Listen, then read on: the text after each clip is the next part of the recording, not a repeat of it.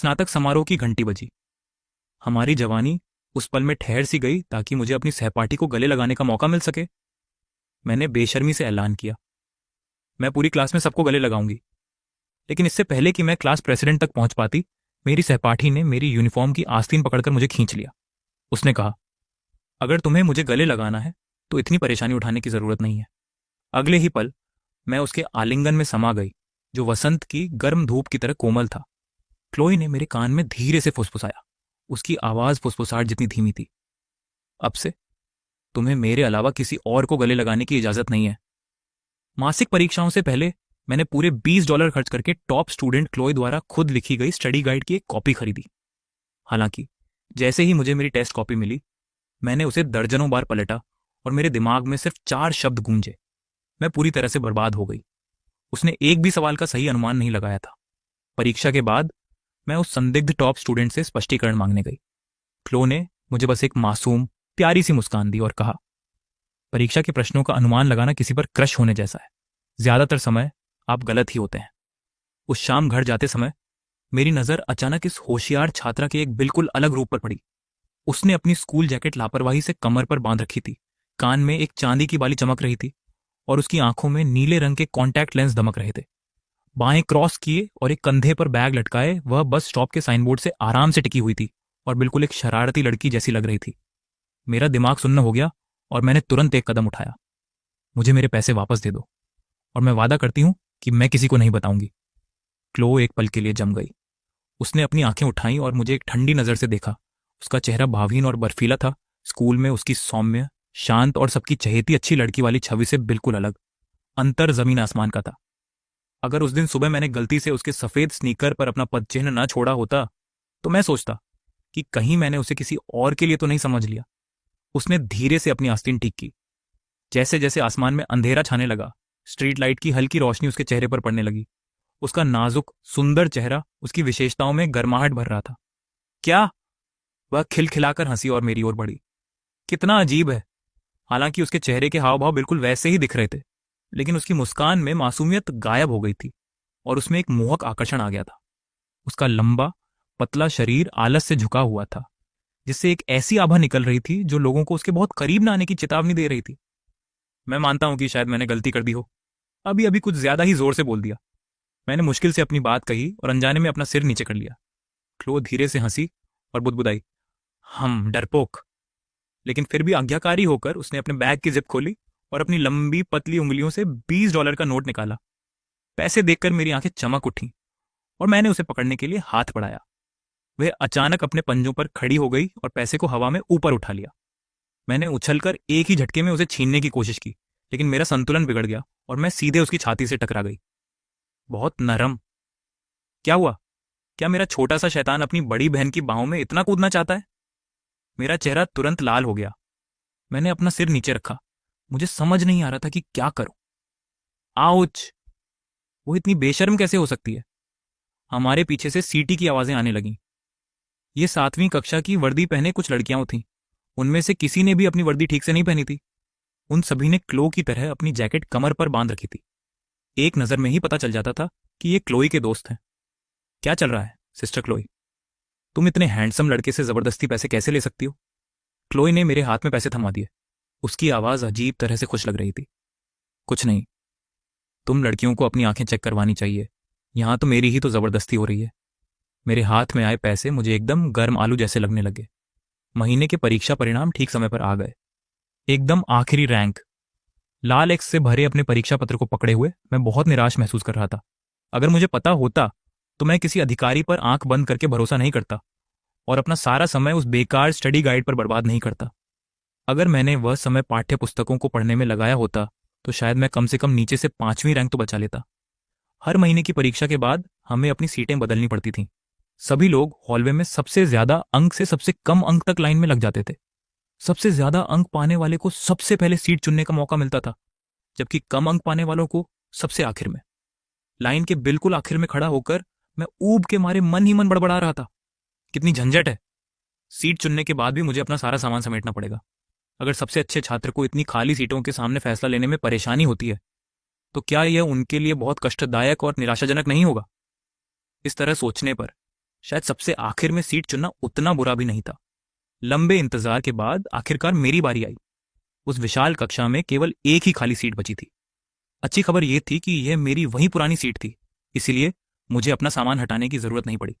बुरी खबर यह थी कि मेरी सहपाठी क्लो निकली। हे एथ, हाय। क्लो ने खुशी से मेरी ओर हाथ हिलाया। अभिवादन करते हुए उसका चेहरा उसी उज्जवल गर्मजोशी भरी बसंत जैसी मुस्कान से दमक रहा था। वह हमेशा की तरह कहती थी, अरे लड़की, हम दोनों ही हैं, क्या इतना बनावटी नाटक करना जरूरी है? अपने मन में उठ रहे संदेह को पुष्ट करने के लिए मैंने जल्दी से एक नोट पर लिख दिया, क्या तुम जुड़वां हो? मतलब, क्या तुम्हारी कोई जुड़वां बहन है जो बिल्कुल तुम्हारे जैसी दिखती है लेकिन जिसका व्यक्तित्व बिल्कुल अलग है? नोट पढ़ने के बाद क्लो अपनी डेस्क पर झुक गई। दबे स्वर में हंसने से खुद को रोक नहीं पा रही थी। इतनी जोर से हंसी कि मेरी डेस्क हिल गई। हंसी बंद होने के बाद वह नीचे झुकी और मुझे पास आने का इशारा किया। मैं सहज ही उसकी ओर झुक गया और अगले ही पल उसने मुझे डेस्क पर खींच लिया।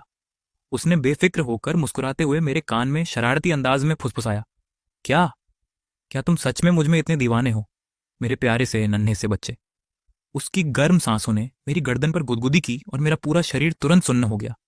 मैं झट से सीधा बैठ गया और नोट पर लिखा, हाँ हाँ, उम्मीद है मिस क्लो थोड़ी संयम बरतेंगी। तुम्हें पता है, मुझे अभी भी तुम्हारे बारे में कुछ राज पता है।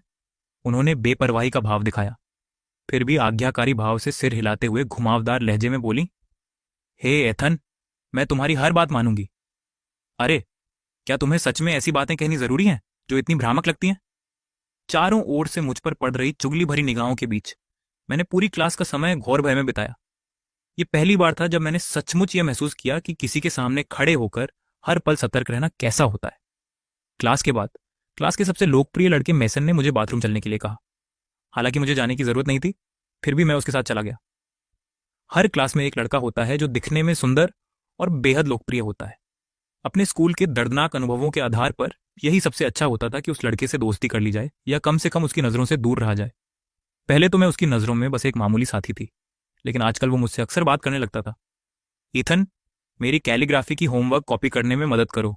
ईथन, मेरे साथ स्नैक बार चलो। ईथन, आज मेरी बास्केटबॉल प्रैक्टिस है, इसीलिए सफाई का काम मैं तुम्हें सौंप रही हूं। शुरू में तो मेरा मन नहीं करता था, लेकिन जब भी मेरे आसपास के लोग कहते, तुम दोनों कितने अच्छे दोस्त हो, तो मैं धीरे धीरे उनकी तारीफों में खो जाती थी। शायद दोस्तों के साथ रहने के कई अलग अलग तरीके होते हैं। मैंने इस बारे में ज्यादा सोचने की हिम्मत नहीं की। डर था कि कहीं मुझे निराशा ही ना हो।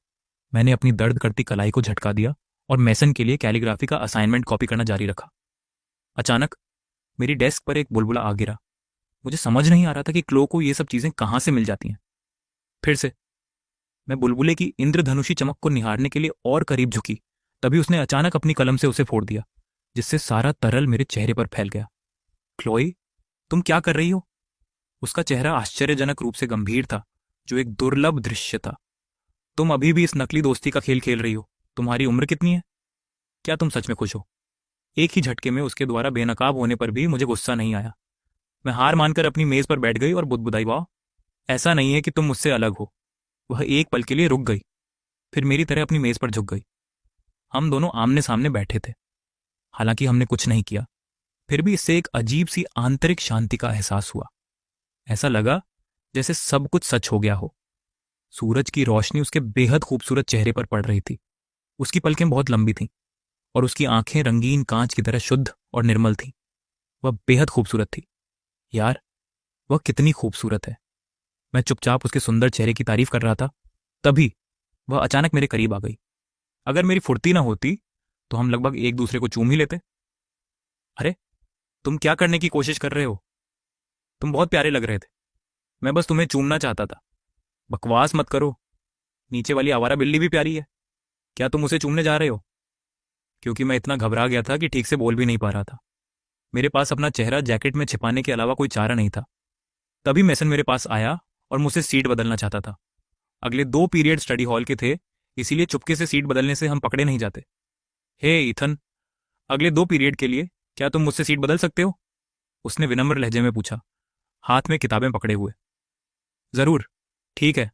मेरे चेहरे की लाली अभी मिट भी नहीं पाई थी कि मैं जल्दी से अपनी किताबें समेटने लगा। तभी क्लो ने मुझे पकड़ लिया। क्या तुम पहले अपनी डेस्कमेट से नहीं पूछोगे कि उसे इस बारे में कैसा लगता है? मेसन ने धीरे से कहा। माफ करना क्लोए, क्या मैं यहां बैठ सकती हूं? हाँ, मुझे कोई आपत्ति नहीं है। जवाब था ना, दृढ़, तेज और निर्णायक। आसपास बैठे सहपाठी जो यह सारा नाटक देख रहे थे पूरी तरह से स्तब्ध थे। मैं इस बात से हैरान थी कि वह इतनी आसानी से किसी को कैसे मना कर सकती है, जबकि हमारे सहपाठी इस बात से हैरान थे कि उसने स्कूल के सबसे लोकप्रिय लड़के को ठुकरा दिया था। मुझे ऐसा लगा जैसे मैंने लॉटरी जीत ली हो। खुशी की एक अवर्णनीय लहर मुझ पर छा गई और मैंने अपना होमवर्क भी बहुत तेजी से लिखना शुरू कर दिया। उस शाम जब स्कूल खत्म हुआ तो मैसन और कुछ अन्य लड़के मुझे खींचकर न्यूज स्टैंड पर ले गए और किसी के पोस्टर पर दावा करने लगे। कोरियाई गर्ल ग्रुप अभी अभी आया था। मुझे सेलिब्रिटी न्यूज में कोई दिलचस्पी नहीं थी, ना ही आइडल कल्चर में, लेकिन मैं सबसे अलग नहीं दिखना चाहती थी। मुझे ऐसा लग रहा था कि अगर मुझे वो चीजें पसंद आई जो उन्हें पसंद है तो वो भी मुझे पसंद करेंगी। घर जाते समय मैं एक फलों के स्टॉल के पास से गुजरी। सेब बहुत ताजे लग रहे थे।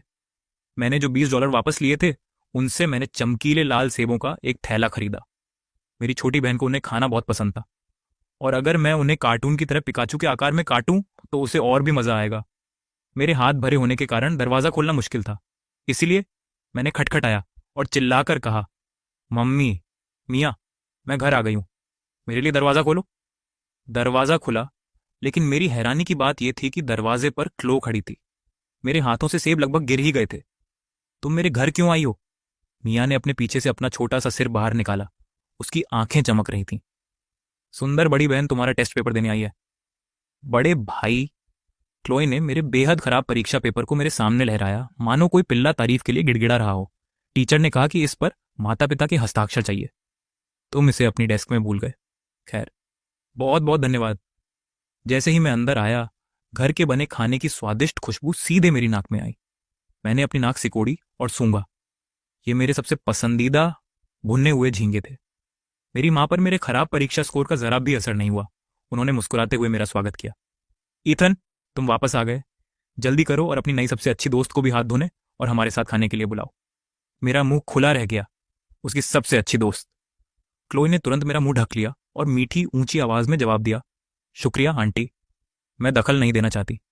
मेरी मां ने अपने एप्रन पर हाथ पोंछे और बात टाल दी। बकवास, इसमें शर्माने की कोई बात नहीं है। आंटी को अपने खाना बनाने पर बहुत गर्व है। क्लो ने मेरी मां को देखकर एक प्यारी सी मुस्कान बिखेरी। कितनी चापलूसी करती है। मैं सेब धोने जा रही हूं। क्लो बिना बुलाए ही मेरे पीछे पीछे आ गई। उसके चेहरे पर एक शरारती मुस्कान थी। वैसे भी मेरे पास करने को कुछ नहीं है, क्यों ना मैं सेब धोने में आपकी मदद करूं? मैंने बेवकूफों जैसी मुस्कान छोड़ दी। मुझे आश्चर्य हुआ कि उसने पलटकर जवाब नहीं दिया, बल्कि उसने आज्ञाकारी होकर अपनी आस्तीन ऊपर चढ़ाई और मदद करने के लिए आ गई, जिससे ऐसा लगा जैसे मैं ही बेवजह परेशान हो रही हूं। जैसे ही मैंने माफी मांगने के लिए अपना मुंह खोला, अगले ही पल उसने मेरा हाथ पकड़ लिया और मेरे साथ सेब धोने लगी। धिक्कार है, क्या इस औरत को जरा भी शर्म नहीं आती? मैंने झट से अपना हाथ छुड़ा लिया। मैं मुड़ी और सेब काटने लगी। क्लोई ने पिकाचू के आकार के सेबों को उत्सुकता भरी निगाहों से देखा। उसके चेहरे पर सच्ची खुशी झलक रही थी। मैंने अपनी भौहें चढ़ाकर घमंड से पूछा, वाह, कितना अच्छा लग रहा है ना? वह मुस्कुराई और मेरी हथेलियों से नजर हटाकर सीधे मेरी ओर देखते हुए बोली, हाँ, सच में बहुत सुंदर है। उसकी आंखें स्नेह और सच्चाई से भरी थीं। एक पल के लिए लगा जैसे वह मेरी ही तारीफ कर रही हो। मेरा दिल जोर से धड़कने लगा। वह इतनी अच्छी तरह से कैसे फ्लर्ट करती है? मैंने जल्दी से फलों की थाली उठाई और लगभग वहां से भाग गई। अपनी बहन को घेरकर उसके मुंह में सेब ठूंसने लगी। क्लोई बहुत तेज और फुर्तीली थी। उसने मेरी मां को बर्तन निकालने और रखने में मदद की। मेरी मां उसे जितना देखती रही उतनी ही प्रभावित होती गई। देखो उसे आंटी, मेरा नाम क्लोई है। यहां क्लोई को देखो, फिर तुम दोनों को देखो। मियाँ अपने गाल सेबों से भरे हुए अपनी मासूम आंखों को झपकाती बैठी रही। आखिरकार हम खाने की मेज पर बैठ गए। बीच में टोफू के साथ कॉड मछली का स्टू था, जो मेरी बहन और मुझे दोनों को बहुत पसंद था। कनाडा में एक बड़ी बात, क्या आज तुम्हारे बॉस ने तुम्हें बोनस दिया? खाना तो बहुत ही शानदार है। मेरी माँ ने पापा की जमा की हुई रेड वाइन की बोतल निकाली और खुशी से मुस्कुराई। क्या इसलिए कि तुम आज एक सहपाठी को घर लाए हो? मिडिल स्कूल में नैना वाली घटना के बाद से तुम कभी भी दोस्तों को घर नहीं लाते। तुम्हारी माँ आज बहुत खुश है। मिडिल स्कूल में मेरी नैना नाम की एक बहुत करीबी सहेली थी और मैं हमेशा उसे रात के खाने पर बुलाती थी। हमारा परिवार साधारण था। मेरे माता पिता एक ग्रामीण गांव से शहर में काम करने के लिए आए थे। धीरे धीरे पैसे बचाकर एक पुराना अपार्टमेंट खरीद लिया था। क्योंकि मेरे पापा घर की मरम्मत का काम करते थे, इसलिए हमारे घर की सजावट धीरे धीरे जुड़ती गई। कोई एक जैसी इंटीरियर स्टाइल नहीं थी। ग्राहक को जो भी टाइलें पसंद नहीं आती थीं, वो उन्हें घर लाकर लगा देते थे। जो भी पुराना वॉलपेपर फेंक दिया जाता था, वो उसे घर लाकर चिपका देते थे। हमारे घर में अभी फर्श की टाइलें भी बिल्कुल अलग अलग पैटर्न की हैं। मेरे माता पिता ने पहले तो दूसरा बच्चा पैदा करने की योजना नहीं बनाई थी, लेकिन जब माँ गर्भवती हुई तो वे बच्चे को जाने नहीं देना चाहते थे। मेरे माता पिता लड़कों को लड़कियों से ज्यादा पसंद नहीं करते थे। मैंने अपना कमरा अपनी छोटी बहन को दे दिया और अपने सोने के लिए लिविंग रूम में एक पलंग लगा लिया। हालांकि हमारे दिन सादे और सीमित थे, फिर भी हम हर दिन सचमुच खुश थे। ना ही एकमात्र दोस्त थी जिसे मेरे परिवार की आर्थिक स्थिति के बारे में पता था। बाद में जब नैना को स्कूल में तंग किया गया तो मैंने उसकी मदद की, लेकिन उसके बाद उन बदमाशों ने अपना निशाना मेरी तरफ मोड़ दिया। उन्होंने मेरे बारे में ताने मारने वाली कविताएं भी बना लीं। मुझे देहाती गंवार, गंदा आवारा कुत्ता या बेघर बड़ा लड़का कहकर पुकारने लगे। उनके इस तरह के बर्ताव से मुझे ज्यादा दुख नहीं हुआ। मेरा दिल तो तब टूटा जब ना भी उन बदमाशों में से एक बन गई जो मुझे तंग करते थे, वह भी उस समूह में शामिल हो गई और मुझे अकेला छोड़ दिया। तब से मैंने दोस्त बनाना छोड़ दिया और फिर कभी किसी को घर नहीं लाया। अरे, अब ये सब क्यों बता रही हो? मेरी माँ ने मेरे कटोरे में एक भुना हुआ झींगा रख दिया। मुझे हमेशा लगता था कि मैं अपनी भावनाओं को अच्छी तरह छिपा लेती हूँ। अपने माता पिता के नेक इरादों को भांपते हुए मैंने उन्हें दिलासा देने की कोशिश की। अरे, चिंता मत करो, मैं अब अपनी कक्षा में बहुत लोकप्रिय हूँ। मेरे बहुत सारे दोस्त हैं। मैंने क्लोई को मेज के नीचे लात मारी। हाँ, एथन बहुत लोकप्रिय है और मैं उसकी दोस्तों में से एक हूँ, तो ये बहुत अच्छी बात है। बहुत अच्छी बात है। माँ ने अभी अभी खाना बनाना खत्म किया था। गर्मी से उनके गाल अभी भी लाल थे। क्लोई की बातें सुनकर उसका पूरा शरीर शांत हो गया और उसने राहत भरे चेहरे से हमारी तरफ देखा। मेरी आंखों में अचानक आंसू आ गए। मैंने अपना कटोरा उठाया और जल्दी जल्दी खाना मुंह में ठूंस लिया। रात के खाने के बाद मैं क्लोई को घर तक छोड़ने गया। रास्ते में वह बार बार अपने हाथों से ऊपर नीचे इशारा कर रही थी। तुम क्या कर रहे हो? दरवाजे के फ्रेम पर जो निशान है वो तुम्हारी लंबाई है ना? और तुम्हारी बहनों की भी। इसमें क्या है? क्लोई जोर से हंस पड़ी, मेरे सिर पर थपथपाया और बोली, ईथन, तुम मिडिल स्कूल के बाद से ज्यादा लंबे नहीं हुए हो, है ना? बकवास। मैंने क्लोई को थप्पड़ मारने का इशारा किया और वह तुरंत घबराकर भाग गई। ऐसा नहीं था कि मैं सच में उसे मारने वाला था। वैसे तुम्हारा घर कहाँ है? मैं तुम्हें मुख्य सड़क तक छोड़ देती हूँ। मेरा इलाका तो बहुत दूर है। मुझे डर है कि तुम वापस आने का रास्ता नहीं ढूंढ पाओगी। मुझे उम्मीद नहीं थी कि तुम इतनी परवाह करोगी। बकवास बंद करो। ये हैंडसम हीरो हमेशा से ही इतना शिष्ट रहा है। ठीक है। क्लो ने चिढ़ाना बंद किया और मुस्कुराते हुए सड़क के उस पार बने गेट वाले घर की ओर इशारा किया। जब से मुझे याद है, मैं जानती थी कि दुनिया बहुत अन्यायपूर्ण है। इतना अन्यायपूर्ण कि भले ही हम एक ही आसमान के नीचे सांस ले रहे थे, कुछ लोग आलीशान महलों में पैदा हुए थे, जबकि मैं एक साधारण से घर में पली बड़ी सड़क के उस पार बने आलीशान विलाओं को देखकर अगर मैं कहूं कि मुझे ईर्ष्या नहीं होती, तो मैं खुद से झूठ बोल रही होती। कितना अच्छा होगा ये देखकर कि मैं खुश नहीं थी। क्लो ने शरारती मुस्कान के साथ मेरे सिर पर थपथपाया। मेरी बिल्ली घर पर बैक फ्लिप कर सकती है, तुम्हें पता है? क्या तुम आकर देखना चाहोगी? फिर से मुझे बेवकूफ बनाने की कोशिश कर रही हो। इस बार मेरा हीरो वाला हमला चूका नहीं। मैंने डांटते हुए उसका गाल कसकर पकड़ लिया। थोड़ा संयम बरतो, थोड़ी सभ्य बनो, समझी? क्लो ने अपना गाल रगड़ा। ठीक है, अगर नहीं जाना चाहती तो मत जाओ, बाय। वह दूर चली गई। उसकी परछाई छोटी होती जा रही थी। वह साफ तौर पर एक आत्मविश्वासी जिंदा दिल लड़की लग रही थी, तो फिर उसकी पीठ इतनी अकेली क्यों लग रही थी? अचानक वह मुड़ी, मुझे हाथ हिलाया, बहुत प्यारी मुस्कान दी और बहुत तेज आवाज में चिल्लाई, ईथन, कल मिलते हैं, कल मिलते हैं। कितनी बचकानी शरारती बच्ची है। मेरे कठोर विचारों के बावजूद मेरे दिल में एक अजीब सी खुशी थी और मेरे कदम भी हल्के लग रहे थे। पहली बार मुझे सच में स्कूल जाने का मन कर रहा था। उस रात सोने से पहले मेरा दिमाग पूरी तरह से क्लो के शब्दों से भरा हुआ था। कल मिलते हैं। मुझे इसके बारे में सोचना बंद करना होगा, वरना मैं कल बिस्तर से उठ ही नहीं पाऊंगी। सुबह सुबह आंखों के नीचे काले घेरे लिए आईने में खुद को घूरते हुए। खूबसूरती मर्दों को बर्बाद कर देती है। खूबसूरती मर्दों को बर्बाद कर देती है। हालांकि पहले पीरियड की घंटी बजने के बाद भी क्लोई नहीं आई थी। पूरा दिन मैं स्तब्ध ही रही। क्या उसके साथ कुछ हुआ? क्या पता कल रात उसके दुश्मनों ने उसे निशाना बनाया हो। मुझे क्या करना चाहिए? क्या उसने किसी दूसरे स्कूल में दाखिला ले लिया? तभी मुझे एहसास हुआ कि मेरे पास क्लोई का कॉन्टैक्ट नंबर भी नहीं है। सहपाठी होने से सुरक्षा का झूठा एहसास होता है। ये भ्रम कि चूंकि आप हर दिन कक्षा में एक दूसरे को देखते हैं, इसीलिए आप जब चाहें उनसे संपर्क कर सकते हैं। असल में क्लोई समेत मेरी कक्षा में किसी से भी कोई मजबूत रिश्ता नहीं था। ये महसूस करते हुए मैं खिड़की से डूबते सूरज को देखती रही। भावनाओं से अभिभूत। दिन के अंत तक क्लोई की सीट अभी भी खाली थी। जब मुसीबत आती है तो एक के बाद एक आती है। आसमान, जो पहले तारों से भरा था, अचानक काले बादलों से घिर गया। जब तक मैं होश में आया तब तक तेज बारिश होने लगी थी। ऊपर से मेरे पापा आज अपना फोन भूल गए थे, इसीलिए वो मुझे लेने नहीं आ सके। मेरे पास मियाँ को फोन करने के अलावा कोई चारा नहीं था। फिर मैं क्लासरूम में बैठा एक एक करके छात्रों को अपना सामान समेटकर बाहर जाते हुए देखता रहा।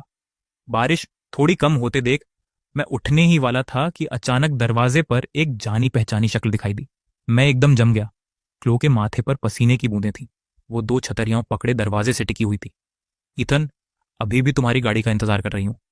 उसे देखते ही मेरे दिल में एक अजीब सी खुशी की लहर दौड़ गई। हे हे स्कूल, सब खत्म हो चुका है। तुम यहां वापस क्यों आई? मुझे डर था कि तुम भीग जाओगी। मैं तुम्हारे लिए ही इतनी दूर दौड़ कर आई हूं। हालांकि मैंने जानबूझकर अपना सिर घुमाकर खिड़की से बाहर देखा। मेरे होंठों के ऊपर उठे कोने और परछाई ने मेरे अच्छे मूड को जाहिर कर दिया। शुक्रिया, साथ ही क्लो। अब बहुत देर हो चुकी है। तुम्हारे लिए घर जाने के लिए किसी से लिफ्ट लेना ज्यादा सुरक्षित होगा। क्लो मुस्कुराते हुए मेरे डेस्क के ठीक सामने बैठ गई। उसने अपनी ठुड्डी डेस्क पर टिकाई और मुझे दयनीय नजरों से देखा।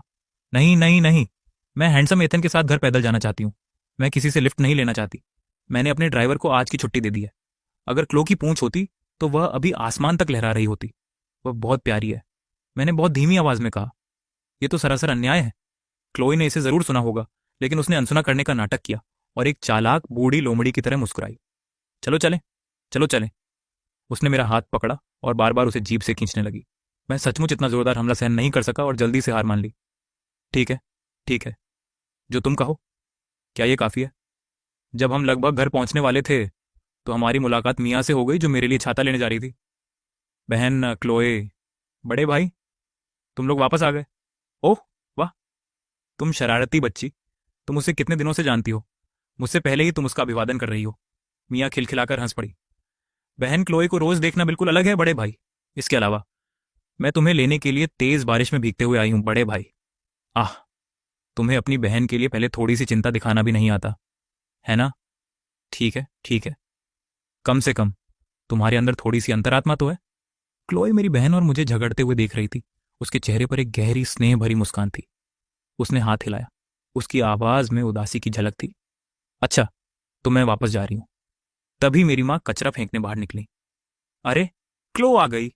इतनी जल्दी वापस क्यों जा रही हो? अंदर आ जाओ और रात के खाने पर रुक जाओ। आंटी ने आज बहुत स्वादिष्ट खाना बनाया है। बोलते ही मेरी माँ ने क्लो का हाथ पकड़ा और उसे घर की ओर खींच लिया और रास्ते भर बड़बड़ाती रही। लो, आंटी के फोन से घर पर कॉल कर लो। बस उन्हें बता देना कि तुम वहां खाना नहीं खाओगी। गर्मजोशी भरे आतिथ्य से अभिभूत होकर क्लो ने हल्के से हंसते हुए कहा, आंटी के हाथ का खाना खाना कितना अच्छा होगा। वरना मैं वैसे भी घर पर बाहर से खाना मंगवाती। हर समय बाहर से खाना मंगवाना अच्छा नहीं है। अभी तुम्हारी उम्र बढ़ रही है बच्ची। मेरी माँ ने उसके लिए चावल का एक बड़ा सा कटोरा भर दिया। क्लो ने एक एक बड़ा सा निवाला लेते हुए मुंह भरकर बुदबुदाते हुए क्लोए बोली, कुछ नहीं कर सकते, मैं अकेली रहती हूँ। पल भर में हमारा पूरा परिवार चुप हो गया। क्लोई के लिए सहानुभूति की लहर दौड़ गई, साथ ही उसके बारे में जानने की थोड़ी सी जिज्ञासा भी। मेरे पिताजी ने सबसे पहले इस अजीब सी चुप्पी को तोड़ा। कोई बात नहीं क्लोई, अब से बस अंकल और आंटी के घर खाना खाने आ जाना। मेरे पिताजी ने अपने चेहरे पर अजीब सा भाव ली अपनी गर्दन खुजाई। अस्वीकृति के डर से अपनी दयालुता को सीधे सीधे व्यक्त करने की कोशिश कर रहे थे। क्लोई ने जरा भी औपचारिकता नहीं दिखाई। उसने पोर्क रिब सूप का एक घूंट लिया और बुदबुदाई, धन्यवाद अंकल और आंटी, लेकिन मैं आपका खाना मुफ्त में नहीं खा सकती। क्या मैं एथन को ट्यूशन पढ़ा दूं? ये सुनकर मेरे माता पिता मुस्कुराए और बार बार तुरंत मान गए। जितना मैं इसके बारे में सोचती उतना ही मुझे गुस्सा आता। उस रात मैंने क्लोई को वीचैट पर मैसेज भेजा। क्या खाना खराब था या पोर्क रिब सूप ज्यादा नमकीन था? मुझे ट्यूशन में अपने साथ घसीटने की क्या जरूरत थी? क्या इतना काफी नहीं था? क्या मुझे तन मन से खुद को समर्पित करना पड़ेगा? मैंने उसे जवाब देना जरूरी नहीं समझा। उस रात मुझे एक ऐसा सपना आया जिसे शब्दों में बयान नहीं किया जा सकता। सपने में मैं एक वीर योद्धा बन गया जिसने कमजोर असहाय क्लोई को डाकुओं के चंगुल से बचाया। उसने शर्माते हुए अपनी पलकें झुका ली, मेरी बाहों में छिपते हुए बोली, मैं पहले से ही तुम्हारी हूं बड़े भाई एथन, तुम्हें मेरी जिम्मेदारी लेनी होगी। रिंग रिंग रिंग, अलार्म बज उठा। मैं ठंडे पसीने से भीगकर झटके से जाग गया। शुक्र है कि यह सिर्फ एक सपना था। मैं बुरी तरह डर गया था। जब मैंने अपने बेडरूम का दरवाजा खोला तो मैंने क्लोई को एप्रन पहने हुए लिविंग रूम में चीजें सजाते हुए देखा। गुड मॉर्निंग एथन, जाओ नहा लो और नाश्ता कर लो। तुम्हारा शरीर बहुत अच्छा है। वह ऐसे व्यवहार कर रही थी जैसे यह उसका अपना घर हो। अरे यार, मैं भूल ही गया था कि अब से वह मेरे यहाँ खाने पर आने वाली है। मैंने शर्ट भी नहीं पहनी थी। जल्दी से कपड़े पहनकर मैं बाथरूम में भागा।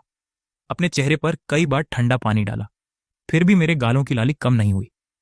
बड़े भाई, तुम्हारा चेहरा इतना लाल क्यों है? सफेद? क्या सच में? जरूर इसलिए क्योंकि मैंने अभी अभी अपना चेहरा बहुत जोर से धोया है। क्लोई ने अपनी मुस्कान दबाई और उसने मुझे शक की निगाहों से देखा, जब तक कि मैंने भी उसे घूरकर जवाब नहीं दिया। स्कूल जाते समय हमारी मुलाकात मैसन से हुई, जो टैक्सी से उतर रहा था। हमें देखकर वह एक पल के लिए रुक गया, फिर मुस्कुराया और हमारा अभिवादन किया। क्या संयोग है!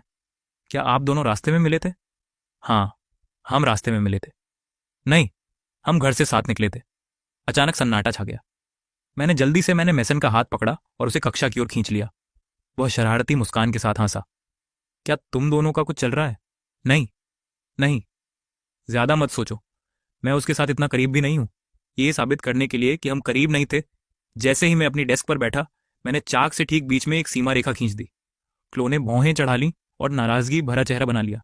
मैंने नजरें फेर ली, उसकी तरफ देखने की हिम्मत नहीं हुई। क्लास के बाद क्लो ने मेरे खराब गणित के टेस्ट पर मेरे साथ चर्चा करने की पेशकश की।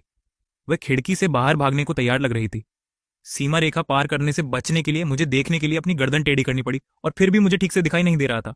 इस तरह तो न केवल मैं सवालों को हल करने में असफल हो जाऊंगा, बल्कि शायद मेरी आंखें हमेशा के लिए तिरछी हो जाएंगी। हार मानकर मैं अपनी डेस्क पर बैठ गया और अपनी उंगली से धीरे धीरे सीमा रेखा मिटाने लगा।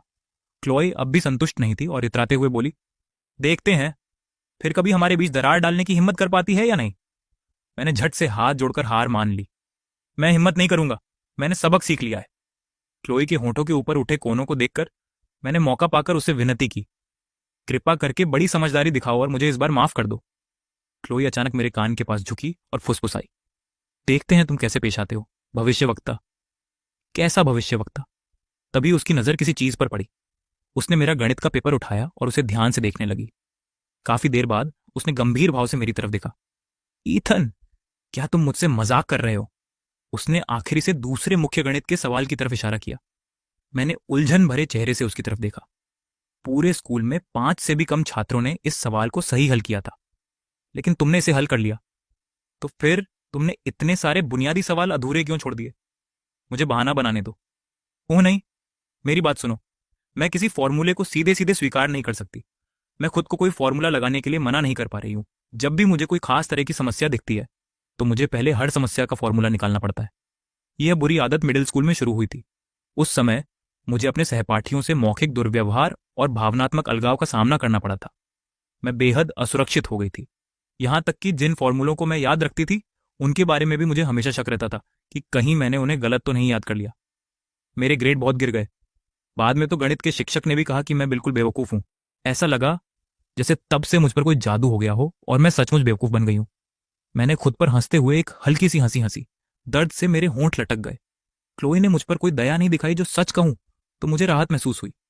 मुझे समझ ही नहीं आता, इतने जटिल फॉर्मूले को सिर्फ एक लाइन में कैसे सरल बनाया जा सकता है। शिक्षक हमेशा क्यों कहते हैं कि हमें इसे समझने की जरूरत नहीं है, बस याद कर लो। 1+2 और 2+4 को एक ही अवधारणा क्यों माना जाता है? इनमें तो साफ तौर पर बहुत अंतर है। और रॉक पेपर सीजर्स में प्रायिकता का क्या? दूसरे नंबर पर खेलने वाले के जीतने की संभावना पहले नंबर पर खेलने वाले के बराबर ही क्यों होती है? क्या समय के क्रम का परिणाम पर कोई असर नहीं पड़ता? ये पहली बार था जब किसी ने मेरी बेकार की बातों को इतने धैर्य से सुना था। एक बार जब मैंने बकबक शुरू की तो मैं रुक ही नहीं पाई।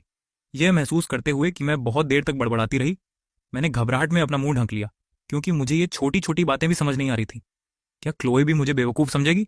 माफ करना, मैंने बहुत ज्यादा बोल दिया। क्लोई ने अपना हाथ उठाया और धीरे से मेरे माथे पर उंगली मारी। चलो, तुरंत फॉर्मूले निकालना बहुत बढ़िया है। ठीक है।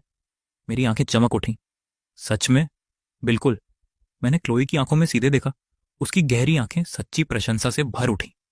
वह मुझसे झूठ नहीं बोल रही थी। ईथन, मुझे लगता है कि तुम शोध कार्य के लिए वाकई उपयुक्त हो। तुम्हारा यह दृढ़ संकल्प बहुत अच्छा है।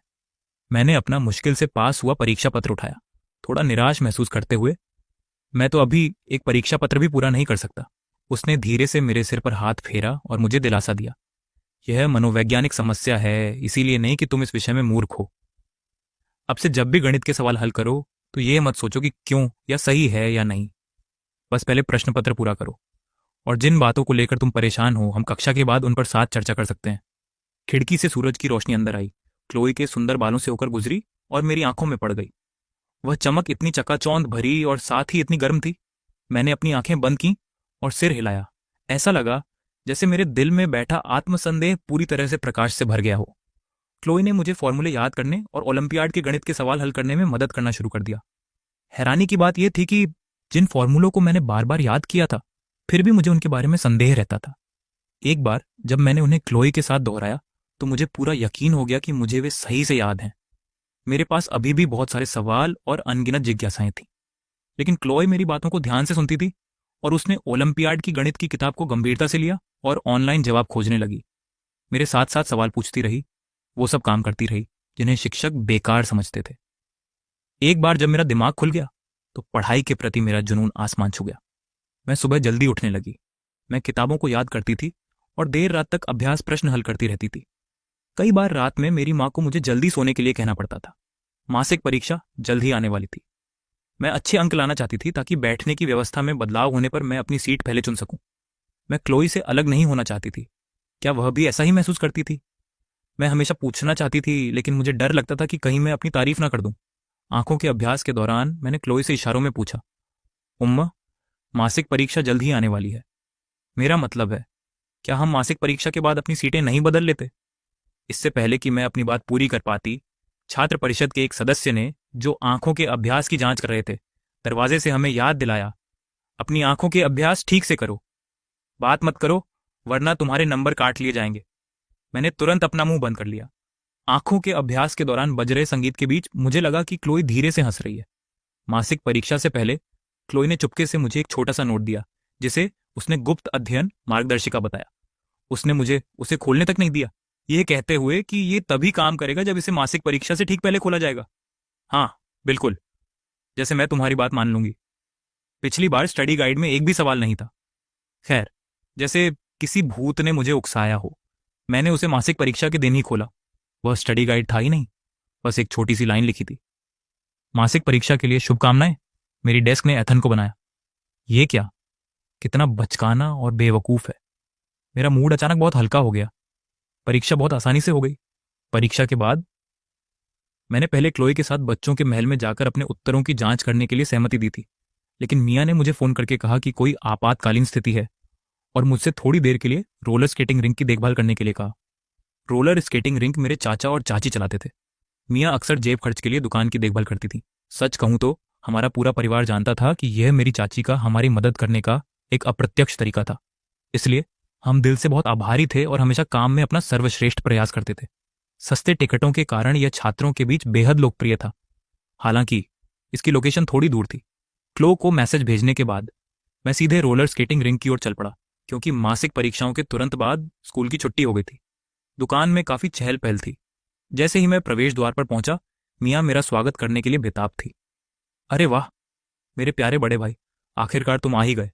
मैं थोड़ी देर के लिए बाहर जा रही हूँ, अगर कुछ भी हो तो मुझे कॉल करना याद रखना। जाने से पहले उसने मुझे फोन करने का इशारा किया। मैंने उसे कॉल किया। मैंने उसकी पीठ पर धीरे से थपथपाया। चलो राजकुमारी मियाँ, तुम्हारे बड़े भाई सब संभाल लेंगे। दोपहर की भीड़ कम होने के बाद नए ग्राहकों की संख्या धीरे धीरे घटने लगी। आखिरकार मुझे चैन की सांस मिली। काउंटर पर कोहनी टिकाकर मैं स्केटिंग रिंग में लड़कों को लड़कियों को रोलर स्केटिंग सिखाते हुए देख रही थी और उन पर फिदा होकर मेरा मुंह खुला रह गया। अनायास सी मेरे मन में क्लो को रोलर स्केटिंग सिखाने का दृश्य कौंध गया।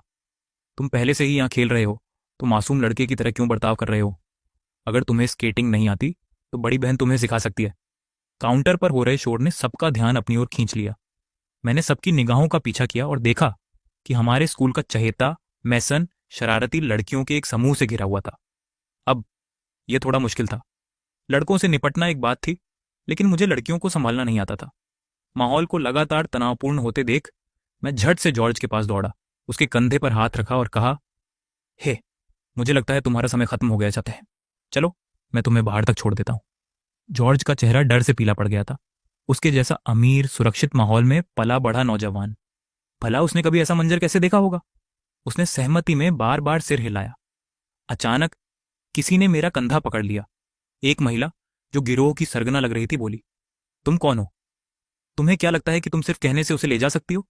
मैंने दृढ़ता से उसका हाथ छुड़ाया, विनम्रता से मुस्कुराया और कहा, मैं इस जगह का मैनेजर हूं, क्या इससे मैं काबिल हो जाता हूं? उस महिला गुंडे ने अपने हाथ में सोने की अंगूठी से खेलते हुए मुझे पूरी तरह से अपमानजनक ढंग से ऊपर से नीचे तक देखा। उसने अपनी पैंट की ओर इशारा करते हुए कहा, एक बात साफ कर लो, यही वो है जो स्केटिंग नहीं कर पाया और मुझसे टकरा गई। देखो, मेरी पैंट पूरी तरह से गंदी हो गई है। धूल का वो छोटा सा कण इतना हल्का है कि बिना मैग्नीफाइंग ग्लास के तो दिखता ही नहीं। जॉर्ज इतना परेशान था कि उसकी आंखों में आंसू आ गए थे। उसने सिसकते हुए माफी मांगी, मुझे माफ कर दो। इतना कहते हुए वह उसकी पैंट पहुंचने के लिए झुका, लेकिन वह गुस्से में पीछे हट गई। तो फिर इसे कैसे सुलझाया जाए? क्या मैं आज आपके और आपके दोस्तों के लिए प्रवेश शुल्क माफ कर दूं? माफी के तौर पर क्या यह ठीक रहेगा? मुफ्त प्रवेश की बात सुनकर उसके पीछे खड़े उसके साथियों का समूह तुरंत उत्साह से भर उठा। सिस्टर जो, क्यों ना हम आज का दिन यहीं खत्म कर दें? सिस्टर जोई, जोई सॉन्ग, हाई स्कूल नंबर 7 की सबसे खूबसूरत छात्रा, क्या वह बहुत सुंदर और प्यारी नहीं है? ये सारा गुंडागर्दी वाला व्यवहार कहां से आ गया? ये तो बिल्कुल ही अजीब विरोधाभास है। जैसे जैसे और लोग देखने के लिए इकट्ठा होते गए, वह खुद को एक अजीब स्थिति में फंसा हुआ महसूस करने लगी। कुछ देर सोचने के बाद उसने अपने बैग से एक डिब्बा बंद पेय निकाला। मैं, जोई सॉन्ग, तर्क को अनसुना करने वाली नहीं हूं। अगर तुम इसे एक ही बार में पी जाओ तो हम इस मामले को सुलझा हुआ मान लेंगे। समस्या को जल्द से जल्द सुलझाने के सिद्धांत का पालन करते हुए मैंने 800 मिलीलीटर का पेय लिया और उसे पूरा पी गया। कुछ ही लोग इसे पूरा पी पाए, लेकिन अगर तुम मुझे पीट पीट कर मार भी दो तो भी मैं कभी अंदाजा नहीं लगा सकती थी कि अंदर का पेय असल में दूध था। शराब इससे बेहतर होती। मेरा सिर तुरंत घूमने लगा। जोई ने मुझे कुछ और ही उत्सुकता भरी निगाहों से देखा। वह मुस्कुराई और कुछ कहने के लिए मेरे करीब झुकी। तभी अचानक मुझे पीछे से खींच लिया गया और मैं एक कोमल आलिंगन में गिर पड़ी। एक जानी पहचानी ताजा खुशबू मेरी नाक में भर गई। मैंने ऊपर देखा और क्लोई की ठुड्डी देखी। जोई, थोड़ी इज्जत रखो और बात को इतना बिगाड़ो मत, क्योंकि ये क्लोई थी। जोई, उसने चिढ़कर कहा, शरारती मुस्कान के साथ। तुम्हारा आदमी। इतना कहकर उसकी नजरें हम दोनों पर कुछ देर घूमी और एक अटपटा सा वाक्य बोली। काफी दिलचस्प। क्लोई ने मेरे हाथ से दूध का डिब्बा लिया और उसे कूड़ेदान में फेंक दिया। होडिया, तुम्हारी हिम्मत कैसे हुई? जो भी लोग तुम्हें देते हैं तुम पी लेते हो। वह मुझ पर चिल्लाई। उसकी आवाज में थोड़ा गुस्सा था। मैं सीधा खड़ा नहीं हो पा रहा था, इसलिए मैं बस उसकी कमर में हाथ डालकर माफी मांग सका। माफ करना क्लोए, लेकिन तुम्हारे 2 सिर क्यों हैं? 2 मुंह और 4 आंखें। क्लोए घबरा गई और मुझे पकड़कर अस्पताल ले जाने लगी। बड़े भाई, तुम्हें क्या हुआ है? मियाँ दरवाजे से दौड़कर आई। उसने कूड़ेदान में पड़े दूध के डिब्बे को ध्यान से देखा, फिर क्लोई की तरफ ऐसे देखा जैसे कोई बच्चा गलती कर बैठा हो। बहन, क्लो, मैं तुम्हें बताना भूल गई थी, मेरे बड़े भाई को लैक्टोज से बहुत ज्यादा एलर्जी है। मैं एक बिल्कुल अनजान कमरे में उठी, डर के मारे इतनी तेजी से उठी कि मेरा सिर जोर से नाइट स्टैंड से टकरा गया। मैंने खुद को देखा। उफ, शुक्र है कि मैं अभी तक अपनी परदादी के पास स्वर्ग नहीं गई हूं। लेकिन मैं आखिर कहां हूं? क्या तुम ठीक हो? गुलाबी रंग के फिटिंग वाले पजामा सेट में क्लो घबराकर मेरी तरफ दौड़ी। उसके पास जूते पहनने का भी समय नहीं था। रोलर स्केटिंग रिंक में जो हुआ था उसे याद करके मुझे डर सा सताने लगा। और नहीं, मैं ठीक हूं। क्या यह तुम्हारा घर है? क्लो ने सिर हिलाया और मेरे सिर के पीछे देखा। और कहां हो सकता है? कमरा वह विशाल और खाली था, किसी निर्जन मॉडल घर जैसा दिखता था। मैं उठी और क्लो के घर में इधर उधर घूमने लगी और खुद को यह कहने से रोक नहीं पाई, क्लो, तुम्हारे घर में इतनी कम चीजें क्यों हैं? ये मेरे घर जैसा बिल्कुल नहीं है। हमारा घर तो वैसे भी छोटा है, फिर भी हम चारों चूहे की तरह सामान जमा करके रखते हैं, यहां तक कि वो कपड़े भी जो मैंने और मेरी बहन ने बचपन में पहने थे। मेरी माँ उन्हें फेंकना बर्दाश्त नहीं कर सकती। उन्हें उन्हें अच्छे से पैक करके बिस्तर के नीचे रखना पड़ता है। क्लो का घर इतना बड़ा था, फिर भी यहां उसकी मौजूदगी का कोई नामो निशान नहीं था। ऐसा लग रहा था जैसे वो किसी भी पल बिना कोई निशान छोड़े यहां से जा सकती है। ये सोचकर मेरा दिल बैठ गया। क्लो ने फ्रिज से पानी की बोतल निकाली और मुझे थमा दी और बात को पूरी तरह टाल दिया। वैसे भी यहां कुछ खास नहीं है, मुझे ऐसे घरों से कोई खास मतलब नहीं है। उस दिन क्लो ने मुझे एक घिसी पिटी कहानी सुनाई। एक गरीब जोड़े ने हर तरह की कठिनाइयों का सामना करते हुए शुरुआत से अपना जीवन बनाया। जब वे कामयाब हो गए तो पति ने धोखा दिया और पत्नी ने दोबारा शादी कर ली।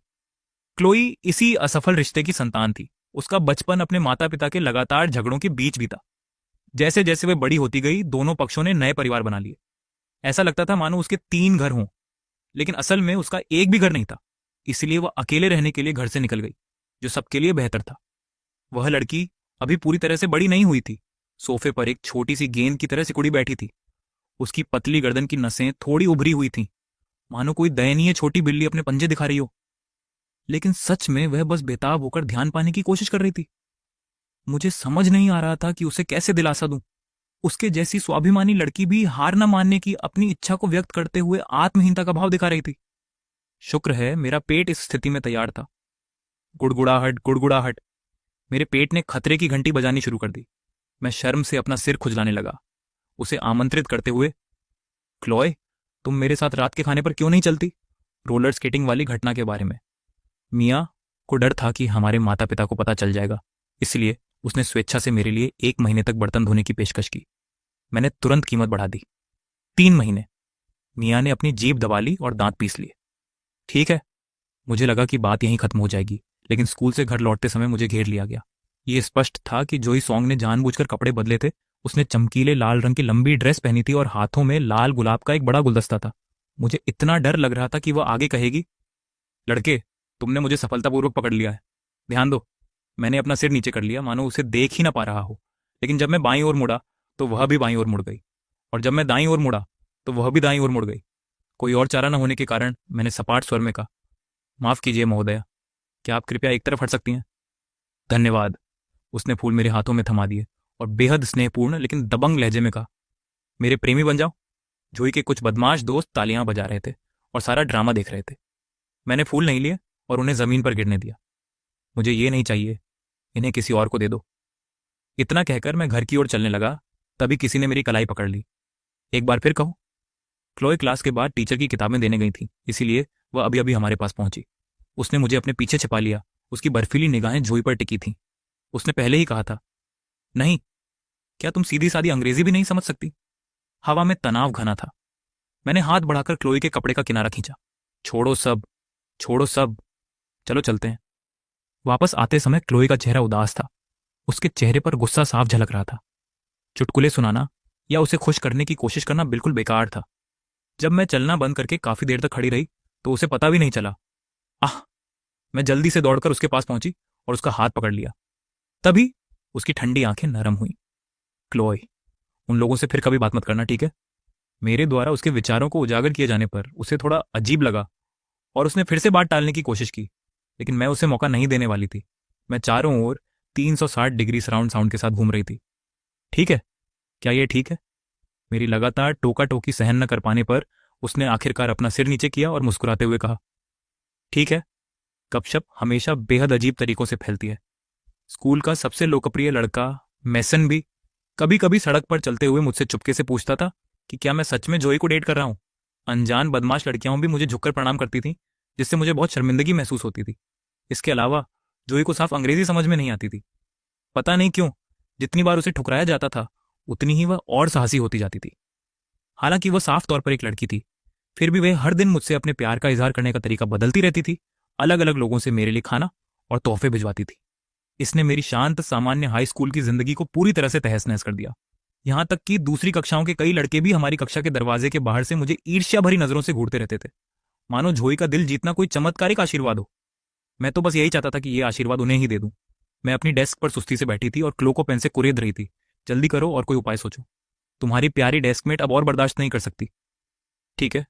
क्लो ने चॉकलेट का एक टुकड़ा ऐसे चबाया जैसे किसी जीव विज्ञान की किताब के कट्टर दुश्मन को चबा रही हो।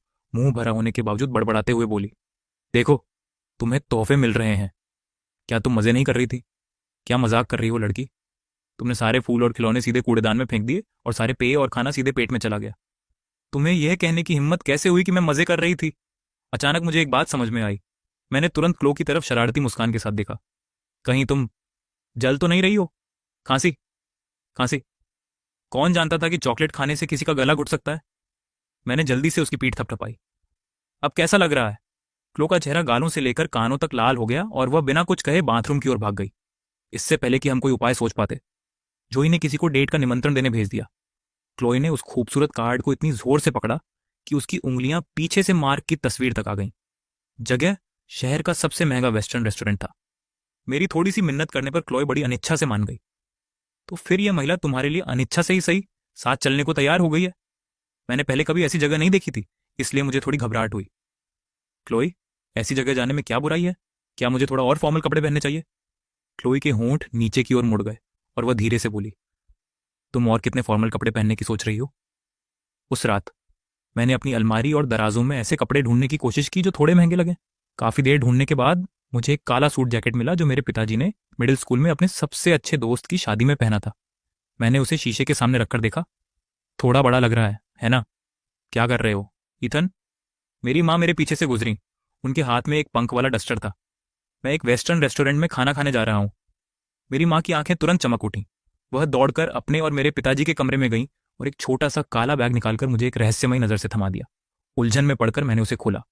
असल में वह एक बिल्कुल नया सूट था। मैंने उसे पहना और वह एकदम फिट आया। बढ़िया लग रहा है ना?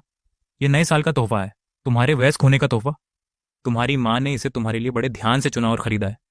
वैसे भी ये तुम्हारा ही है, इसलिए इसे जल्दी देना या देर से देना कोई मायने नहीं रखता।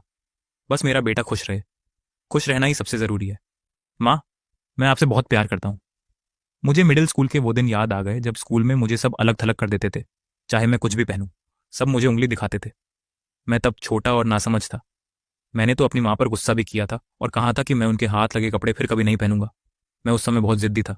मुझे यकीन है कि उस दिन मेरी माँ का दिल भी टूट गया होगा। मैं खड़ा हुआ, अपनी माँ को गले लगाया और धीरे से कहा, माँ, मुझे माफ कर दो। मैं तुमसे प्यार करता हूँ। शुक्रिया। माँ ने मुझसे नहीं पूछा कि मैं किसके साथ खाना खा रहा हूँ। उन्होंने चुपके से मेरे पर्स में 500 रुपये रख दिए और मेरे पापा को मुझे नाई की दुकान ले जाने को कहा। पापा ने खुद नाई से मेरे लिए एक स्टाइलिश हेयर स्टाइल बनवाया, जैसा कि उनसे उम्मीद की जाती थी कि उनका बेटा स्मार्ट दिखेगा। किस्मत से मुझे देर नहीं हुई थी। थोड़ी ही देर में मेरा पूरा मेकओवर हो गया और मुझे अपने पापा की जवानी की झलक आईने में दिख रही थी।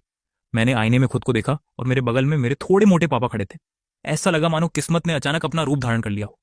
सूरज की रोशनी हम दोनों पर पड़ रही थी। उस पल मुझे अवर्णनीय खुशी का एहसास हुआ। जैसे ही सामने का दरवाजा खुला, मैंने क्लो को शाम के गाउन में देखा। उसके गाउन का किनारा किसी सपने जैसे बादल की तरह धीरे धीरे लहरा रहा था, जिस पर जगमगाते हुए सजावटी डिजाइन रोशनी में चमक रहे थे। क्लो ने अपनी ठुड्डी थोड़ी ऊपर उठाई। उसकी सुंदर गर्दन किसी सफेद हंस की तरह गरिमा में लग रही थी। मुझे देखकर क्लो एक पल के लिए थम गई। उसकी पुतलियां फैल गईं। फिर उसने अपना सिर दूसरी तरफ घुमा लिया और गुस्से से बोली, क्या तुमने इतना शानदार पहनावा पहना है सिर्फ इसलिए कि तुम जो से मिलने जा रही हो? क्लो को इतने खूबसूरत कपड़ों में देखकर मैं उलझन में पड़ गई। आखिर कौन ज्यादा शानदार दिख रहा है? मैंने अपना सिर ऊंचा किया, बड़े बड़े कदम बढ़ाते हुए क्लो के पास गई और पूछा, क्या तुम्हारा बड़ा भाई हैंडसम नहीं लग रहा? मुझे आश्चर्य हुआ जब उसने सचमुच एक पल के लिए मुझे गंभीरता से देखा और एकदम दृढ़ स्वर में कहा, बहुत सुंदर। मैं तो बस उसे थोड़ा चिढ़ाना चाहता था, इसीलिए उसकी प्रतिक्रिया ने मुझे थोड़ा शर्मिंदा कर दिया। बस एक छोटी सी कमी है। उसने सोचने का नाटक किया और अपनी ठुड्डी हाथ पर टिका ली। हम, कहाँ कमी है? जैसे ही मैं उलझन में पड़ा, उसने अचानक अपने नुकीले नाखून बढ़ाए और मेरे बालों को हल्के से बिखेर दिया और पूरी चालाकी से मुस्कुराई। लो, अब ठीक है।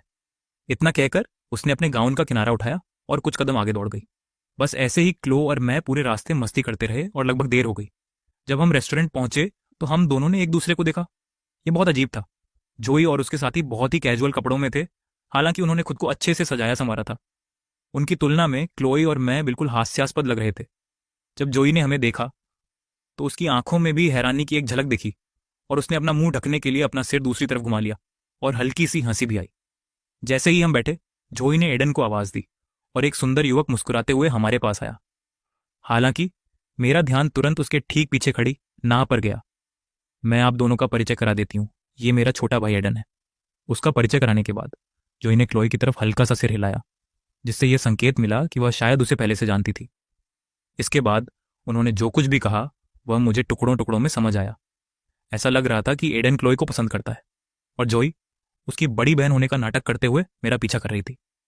ये सब सिर्फ अपने भाई के रास्ते में आने वाली बाधाओं को दूर करने और उसके लिए एक अवसर बनाने के लिए था। मैं जोई की बात समझ नहीं पाई और मुझे इसकी परवाह भी नहीं थी, क्योंकि ना ने मुझे पहचान लिया था। वह पहले की तरह ही बेचैनी से अपनी उंगलियां चटका रही थी, तिरछी नजरों से मुझे देख रही थी और साफ तौर पर असहज और परेशान लग रही थी। उस समय ठीक इसी वजह से कि उसे तंग किया जा रहा था, मैंने उसका साथ दिया था और इसी तरह हमारी दोस्ती हुई थी। लेकिन बाद में वह खुद मुझे तंग करने वालों में से एक बन गई। जब ना मुझे देख रही थी तो उसकी आंखों में हैरानी, अपराध बोध और ईर्ष्या का एक सूक्ष्म भाव था। मुझे अभी भी याद है कि कैसे उस समय सीधे 7वें हाई स्कूल में जाने से बचने के लिए मैंने पूरी ताकत लगा दी थी। पाठ्य पुस्तकें, स्टडी गाइड और परीक्षा पत्र रट लिए थे और बड़ी मुश्किल से अपने मौजूदा हाई स्कूल में दाखिला लिया था। जो ने क्लो और एडन को अकेले बात करने का मौका देते हुए कहा, ये सब सिर्फ अपने अतीत के उन लोगों को पीछे छोड़कर एक नई जिंदगी शुरू करने के लिए था। धुंधली यादें एक बार फिर उमड़ आईं। साथ ही आज जो कुछ भी हुआ था वह सभी याद आ गया।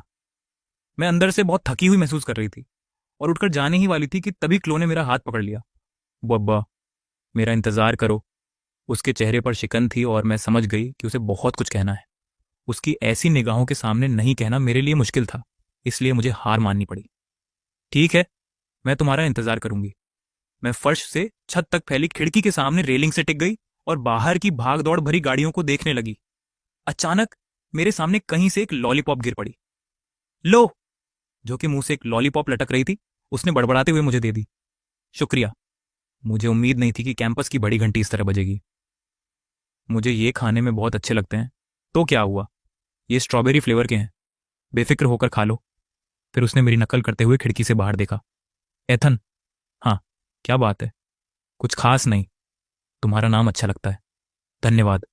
वैसे उस दिन रोलर स्केटिंग रिंग पर तुम बहुत सुस्त लग रहे थे। हाँ हाँ, ऐसा है क्या?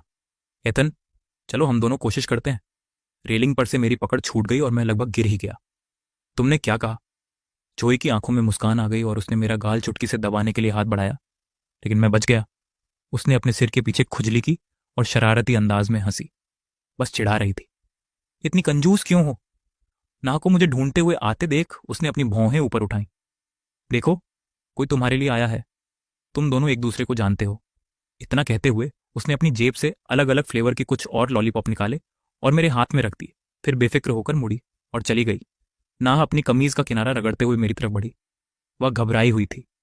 पहले से ही जब भी वह घबराती थी, अपनी कमीज का किनारा रगड़ना उसे अच्छा लगता था। ईथन, तुम भी यहां हो? एक सीधा सा सवाल और बातचीत शुरू करने का एक घिसा पिटा तरीका।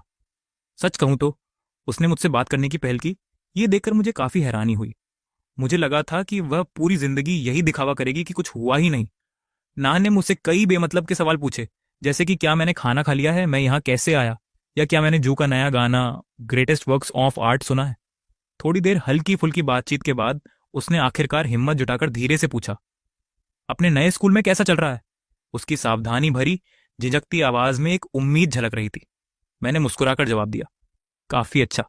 उसने अपनी छाती थपथपाई और राहत की सांस लेते हुए धीमी आवाज में बुदबुदाई, अच्छा है, अच्छा है। लेकिन इसमें अच्छा क्या था? मेरा लोगों पर भरोसा पहले ही खत्म हो चुका था। अतीत के वे कठोर ठंडे शब्द मेरे दिल में कीलों की तरह चुभ गए थे। कीलें निकालने के बाद भी घाव नहीं भरेंगे। क्लो अपनी बात खत्म करके चली गई। मैं उसके पीछे जाने के लिए मुड़ी, तभी नीना ने मेरा किनारा पकड़ लिया। उसने दयनीय कोमल नजर से मुझसे पूछा, क्या मैं अब भी तुम्हारे घर घूमने आ सकती हूं? मैं अच्छी तरह जानती थी कि यह उसका मुझसे संपर्क करने और माफी मांगने का तरीका था, लेकिन अतीत की यादें सचमुच बहुत दर्दनाक थीं। क्लो आगे खड़ी हो गई। उसके शरीर पर एक किरण पड़ रही थी, इतनी गर्म कि मुझे रोने का मन कर रहा था। मुझे माफ करना नीना। मुझे लगता है कि मैं अभी भी इतनी परिपक्व नहीं हूं कि उस सारी चोट को शांति से स्वीकार कर सकूं। जहां तक माफी की बात है, या जो भी हो, चलो इसे भगवान पर छोड़ देते हैं। नीना, मैंने शांति से उसका पूरा नाम पुकारा। कुछ भांपते हुए उसने उदास होकर मेरे कपड़े का किनारा छोड़ दिया। चलो मान लेते हैं कि हम एक दूसरे को कभी जानते ही नहीं थे।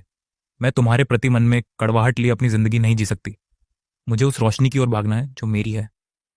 मुझे नहीं पता कि क्लो ने एडन से कैसे बात की, लेकिन जब वे बाहर आए तो एडन की आंखों में आग सी लग रही थी। ये देखकर जोई दौड़कर क्लो से वहीं भिड़ने ही वाली थी। हालांकि सौभाग्य से एडन ने उसे समय रहते रोक लिया। रेस्टोरेंट से निकलते समय एडन दौड़कर आया और मेरे कंधे पर थपथपाते हुए एक अजीब सी बात कही, तुम सच में बहुत भाग्यशाली हो। और फिर चला गया। मैं काफी देर तक वहीं अवाक खड़ी रही, मदद के लिए क्लो की तरफ देखा। उसने भी मुझे एक रहस्यमयी सी नजर से देखा। अब मैं और भी उलझन में पड़ गई थी। जब महीने के परीक्षा परिणाम आए तो मैंने गणित में पूरे अंक प्राप्त करके एक बड़ी छलांग लगाई और कक्षा में सीधे दूसरे स्थान पर पहुंच गई। शिक्षक और मेरे सहपाठी सभी हैरान थे, सिवाय क्लोई के, जिसका चेहरा एक मां की तरह गर्व और राहत भरी मुस्कान से दमक रहा था। शिक्षक ने कहा, छात्र जीवन सचमुच सरल था। जब तक आपके अंक अच्छे होते, लोग आपको पसंद करते थे। और मेरे सहपाठियों का रवैया भी मेरे प्रति काफी गर्मजोशी भरा हो गया था। बस अचानक हुई इस तरक्की से ईर्ष्या भी पैदा हो जाती है। जब कक्षा की अध्यक्ष स्टेसी मुझसे गणित का एक प्रश्न पूछने आई तो मैं थोड़ी घबरा गई और अनजाने में ही बोल पड़ी, सच कहूं तो मुझे भी यह सवाल समझ नहीं आ रहा है। हमारे आसपास अचानक सन्नाटा छा गया। मैसन ने चिढ़कर कहा, अगर तुम्हें समझ नहीं आ रहा तो तुमने इसे सही तरीके से हल कैसे किया? शायद उसने वाक्य पूरा नहीं किया था और पूरी कक्षा को एक समझ भरी नजर से देखते हुए कहा, अगर तुम्हें पता है तो पता है। मैं क्लोई की तरफ देखने लगी। खुद को कुछ समझ नहीं आ रहा था। उसने धीरे से सिर हिलाया और मेरी ओर दृढ़ता से देखते हुए कहा, समस्या को हल करने के लिए अपनी सोच की प्रक्रिया समझाओ, खुद पर भरोसा रखो। मैंने एक पेन निकाला और समस्या कथन पर कुछ निशान बनाए। इस मुख्य शब्द को देखो। तुम्हें बस उस सूत्र का उपयोग करना है जो शिक्षक ने पिछले सप्ताह पढ़ाया था, और फिर उसे पाठ्यपुस्तक के पृष्ठ 45 पर दिए गए उदाहरण प्रश्न में डालना है। सुनने के बाद स्टेसी को अचानक समझ आ गया और उसने अपना माथा पीट लिया। तो ये ऐसे काम करता है। मुझे ये क्यों नहीं सूझा? धन्यवाद एथन। किसी कारण से मेसन आजकल मेरे प्रति अधिक से अधिक शत्रुतापूर्ण होता जा रहा था। यहां तक कि जब मैं उसका साथी बनकर उसका बैग उठाता था तब भी वह फिर भी मुझ पर फेंक देता था। मुझे समय समय पर अप्रत्यक्ष आक्रामक टिप्पणियां सुनने को मिलती थीं। हमारा सबसे होशियार छात्र तो हमारे साथ घूमने फिरने के लिए पढ़ाई का समय भी कुर्बान करने को तैयार रहता है। सच में हम कितने रुतबे वाले हैं, है ना? मुझे इस तरह का अप्रत्यक्ष आक्रामक व्यवहार बिल्कुल बर्दाश्त नहीं होता था।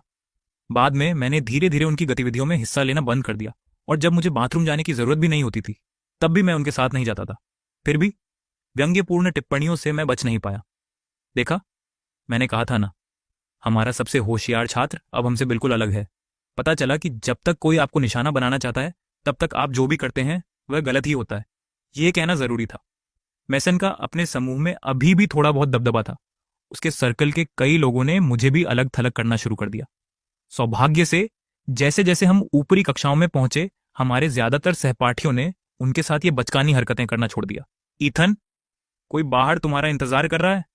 मैं ये देखने के लिए बाहर निकली कि कौन है, और मुझे आश्चर्य हुआ कि वह जॉर्ज था, हमारे कैंपस का असली दिलकश लड़का, मानविकी स्ट्रीम का टॉपर और बेहद आकर्षक व्यक्तित्व वाला। उसने मुस्कुराते हुए मुझे एक पत्र और साथ ही मिंग राजवंश के बारे में किताबों का पूरा सेट दिया जिसमें रोलर स्केटिंग रिंक में हुई घटना का वर्णन था। बहुत बहुत धन्यवाद। एक सुंदर लड़का वाकई बहुत सुंदर होता है। जॉर्ज के बोलने का तरीका भी लोगों को ऊर्जा से भर देता है। हमारी कक्षा का माहौल बदल गया। उस सुंदर लड़के के प्रति जिज्ञासा और प्रशंसा के कारण मेरे सहपाठियों का मेरे प्रति रवैया पतझड़ की ठंड से बसंत की हवा में बदलने जैसा बदल गया। जॉर्ज के कुछ बार मुझसे मिलने आने के बाद हमारा रिश्ता और भी गहरा होता गया। हम अक्सर साथ पढ़ते थे। मैं उसे गणित पढ़ाती थी और वह मुझे चीनी और अंग्रेजी पढ़ाता था। एक ही साहित्यिक कृति पर हमारे पास बात करने के लिए बहुत सारे विषय होते थे। हम अक्सर घंटों बातें करते थे। हम चुपके से भीड़ के पीछे चलते हुए उस लड़के के बारे में आपस में बातें करते थे या दूसरी लड़कियों को उसके लिए प्रेम पत्र पहुंचाने में मदद करते थे। पहली बार मुझे यह एहसास हुआ कि एक सच्चा, सबसे अच्छा दोस्त होना कितना अद्भुत होता है। यह अनुभव सचमुच शानदार था। मैं पहले से कहीं ज्यादा मिलनसार हो गया और मुस्कुराना भी मुझे अच्छा लगने लगा। जब मैं घर पहुंचा तो मियाँ हैरान रह गई। बड़े भाई, क्या तुम्हें प्यार हो गया है? हर दिन खुशी से दमकता हुआ मैंने अपना सिर हिलाया। नहीं नहीं नहीं, एक अच्छी दोस्ती रोमांस से भी ज्यादा रोमांचक होती है। मियाँ कांप उठी, जैसे रोंगटे खड़े होने का नाटक कर रही हो। मैंने अपनी भौहें थोड़ी ऊपर उठाई। तुम मर्दों के बीच के बंधन को नहीं समझती। क्लो ने 3 कटोरी खाना खाया, चावल, और बीच में बोल पड़े, ये मत भूलो कि यहाँ एक लड़की भी है। क्लोई को देखकर मुझे एहसास हुआ कि वह हाल ही में थोड़ी लंबी हो गई है। मैंने उसे अपनी बहन के साथ खड़ा किया। मेरी बहन अभी भी उसकी भौहों तक ही पहुंच रही थी। रुको, ये ठीक नहीं है। कोई बदलाव नहीं हुआ है। क्लोई ने मुझे खींचकर दरवाजे के फ्रेम के पास ले जाकर हमारी ऊंचाई नापी। हे भगवान, वे दोनों चुपके से मेरी पीठ पीछे 4 सेंटीमीटर लंबी हो गई थी। सापेक्ष गति की अवधारणाओं के बारे में तुम्हारी समझ वाकई पक्की नहीं है। क्लोई मेरी बदकिस्मती पर खुश हुई। एतन, तुम हमारी तरह जल्दी नहीं बढ़े, है ना? क्या?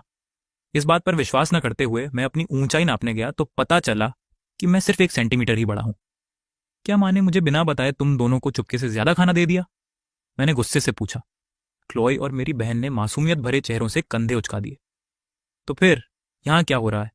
तुम दोनों इतनी लंबी कैसे हो गई और मैं सिर्फ इतना सा ही बड़ा? क्लोई ने मुझे सिर से पैर तक 2 बार ध्यान से देखा, जब तक कि उसकी नजर अनजाने में नीचे के उस अवर्णनीय स्थान पर नहीं टिक गई। वह मेरे कान के पास झुकी और इतनी धीमी आवाज में फुसफुसाई कि सिर्फ हम दोनों ही सुन सकते थे। चिंता मत करो, तुम भी तो बड़े हो, बस फर्क इतना है कि कहीं और बड़े हो। ये कहते हुए उसके कान लाल हो गए और वह भागकर मियाँ को उसके होमवर्क में मदद करने चली गई। ओह, वो इतनी आसानी से ऐसी बात कैसे कह सकती है? जॉर्ज ने कहा कि उसका वजन हाल ही में बढ़ गया है और उसने मुझे लंच ब्रेक में दौड़ने के लिए बाहर खींचने की जिद की। चलो चलो, इसे फिजिकल फिटनेस टेस्ट की प्रैक्टिस समझो, जल्दी करो भाई, मुझे लग रहा है कि आज बारिश होने वाली है। मैं अपने ही मनहूस मुंह से हार गया था। हम अभी ट्रैक पर पहुंचे ही थे कि आधा चक्कर दौड़े ही थे कि आसमान से हल्की हल्की बारिश शुरू हो गई। ये देखकर मैंने जल्दी से अपनी जैकेट उतार दी और हम दोनों ने मेरी जैकेट अपने ऊपर ओढ़ ली और स्कूल की इमारत की ओर दौड़ पड़े। बड़ी मुश्किल से हम छज्जे के नीचे पहुंच पाए। पता नहीं क्यों, कई सहपाठियों के मना करने के बावजूद उसकी जैकेट पूरी तरह भीग गई और मेरी भी उसी हाल से बच नहीं पाई। हम दोनों भीगे हुए चूहों की तरह लग रहे थे। काफी देर तक हंसते हंसते लोटपोट होते रहे। अचानक एक सहपाठी ने धीरे से फुसफुसाया, देखो लड़की, जॉर्ज और वो लड़का साथ में कितने प्यारे लग रहे हैं, बिल्कुल एक जोड़े की तरह। यह सुनकर हम दोनों के चेहरे पल भर में लाल हो गए। हम जल्दी से भागना चाहते थे, लेकिन वहां बहुत सारी लड़कियां जमा थीं और उनमें से ज्यादातर जॉर्ज की चमचमाती थीं। हम दोनों बस वहीं अचंभित खड़े रहे। कुछ समझ नहीं आ रहा था। जब अचानक क्लो की घबराहट भरी आवाज हवा में गूंजी तो मुझे समझ नहीं आ रहा था कि क्या करूं। जल्दी करो और चलो, विद्यार्थी मामलों के प्रमुख आ रहे हैं। यह सुनकर गलियारे में खड़ी लड़कियों का समूह घबराकर इधर उधर भागने लगा। जैसे ही हम उस अफरा तफरी में निकलने ही वाले थे, क्लो ने हमें पकड़ लिया। ठंडे चेहरे और गंभीर स्वर में उसने कहा, भागो मत, निदेशक आज आए ही नहीं। मैंने उनसे झूठ बोला था। जल्दी करो और शावर हाउस जाओ और हेयर ड्रायर उधार लेकर अपने बाल और कपड़े सुखा लो। आज बहुत ठंड है। अगर तुम्हें सर्दी लग गई तो? तुम्हें अपनी सेहत की बिल्कुल परवाह नहीं है, बस यहां खड़े होकर बेवकूफों की तरह हंस रही हो। इतना कहकर वह गुस्से में चली गई। कपड़े सुखाकर कक्षा में लौटने पर भी क्लो का गुस्सा बरकरार था। मैंने चुपके से उसे पेन से छेड़ा, लेकिन उसने मेरी बात अनसुनी कर दी। कोई चारा न देखकर मुझे उसे मनाने के लिए पूरी तरह से अपना पहला प्लान आजमाना पड़ा। मेरी प्यारी, कोमल, दयालु, उदार और समझदार डेस्कमेट, क्या सच में उसका दिल इतना भारी होगा कि वह अपने बेचारे दयनीय डेस्कमेट को नजरअंदाज कर दे? क्लो की भौहें थोड़ी सी तन गईं। डेस्कमेट? मुझे अचानक एहसास हुआ, तुम लुई से भी ज्यादा खूबसूरत कैसे हो? क्लो के होंठों पर मुस्कान आ गई। डेस्कमेट, आज मैं तुम्हारे लिए तुम्हारी सबसे पसंदीदा स्ट्रॉबेरी फ्रूट पाई बनाऊंगी, ठीक है? क्लो ने अपना सिर दूसरी तरफ घुमा लिया। फिर भी उसकी पीठ के पीछे से भी मैं समझ सकती थी कि वह इस समय बहुत खुश थी। ओ डेस्कमेट, तुम्हारे कान इतने लाल क्यों हैं? उसने गला साफ किया और थोड़ी शर्मिंदगी के साथ बोली, हम, खुद को समझदार समझो। ये महिला अनिच्छा से ही सही तुम्हें माफ कर देगी। हट जाओ, मैं ताजी हवा लेने बाहर जा रही हूं। खैर, वह ताजी हवा तो बढ़िया निकली। मुझे बारिश से सर्दी नहीं लगी, लेकिन क्लोए को सर्दी लग गई। मेरी माँ का खाना भी फीका और हल्का लगने लगा। बात बस इतनी थी कि क्लोई आजकल कुछ अजीब सा बर्ताव कर रही थी। हमेशा मुझसे 1 मीटर से ज्यादा की दूरी बनाए रखती थी, जैसे न्यूक्लिक एसिड टेस्ट के दौरान सोशल डिस्टेंसिंग से भी ज्यादा सख्त। जब मैंने 10वीं बार उससे बात करने की कोशिश की तो उसने मुझे ऐसे टाल दिया जैसे मैं कोई बीमारी हूं। मुझे गुस्सा आ गया। तुम क्या कर रही हो? उसने अपने हाथ से अपना मुंह और नाक ढक लिया, अपना शरीर दूसरी तरफ मोड़ लिया और बोली, मुझसे दूर रहो, मुझे अपनी सर्दी तुम्हें ना लगने दो। ओहो, तो ये बात थी। लेकिन पक्के दोस्त तो एक साथ सर्दी पकड़ते ही हैं। वैसे तुमने सुना नहीं, अगर तुम किसी दूसरे को सर्दी दे देते हो तो पहले वाला जल्दी ठीक हो जाता है। क्लोई ने ऐसा अजीब तर्क पहली बार सुना था। वह पूरी तरह से हैरान थी। चौंक कर उसने थोड़ी निराशा के साथ पूछा, सच में? जब मैं छोटी थी और बीमार पड़ती थी तो हमेशा मुझे बोझ समझा जाता था। बिल्कुल, ये सच है। तो मुझसे इतना दूर रहना बंद करो, ठीक है? मेरी इस बेतुकी हास्यास्पद थ्योरी के अनुसार कि सबसे अच्छे दोस्त एक साथ सर्दी जुकाम पकड़ते हैं, जॉर्ज और मियाँ बिना किसी अपवाद के इसके शिकार हो गए और इसलिए हमने घर पर आराम करने का बहाना बनाकर सामूहिक रूप से छुट्टी ले ली, जबकि असल में हम सब क्लो के घर घूमने गए थे। हम क्लो के घर ढेर सारे स्नैक्स और तोहफे लेकर गए थे। बहन क्लो, तुम्हारा घर कितना बड़ा है? मैंने जल्दी से अपनी बहन को लात मारी और माफी मांगी। आह, मेरी बहन सभ्य नहीं है और उसे अपने शब्दों को सोच समझकर बोलना नहीं आता। क्लो के घर जाने से पहले मैंने अपनी बहन और जॉर्ज को खास तौर पर कुछ तोहफे लाने के लिए कहा था।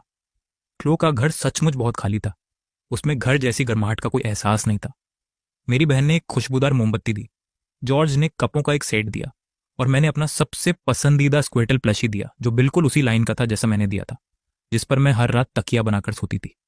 हम कुछ लोगों के आने से कमरा खाली हो गया था, लेकिन अब उतना अकेलापन महसूस नहीं हो रहा था। हालांकि हमने पहले साथ में किताबें पढ़ने और समीक्षा करने का फैसला किया था।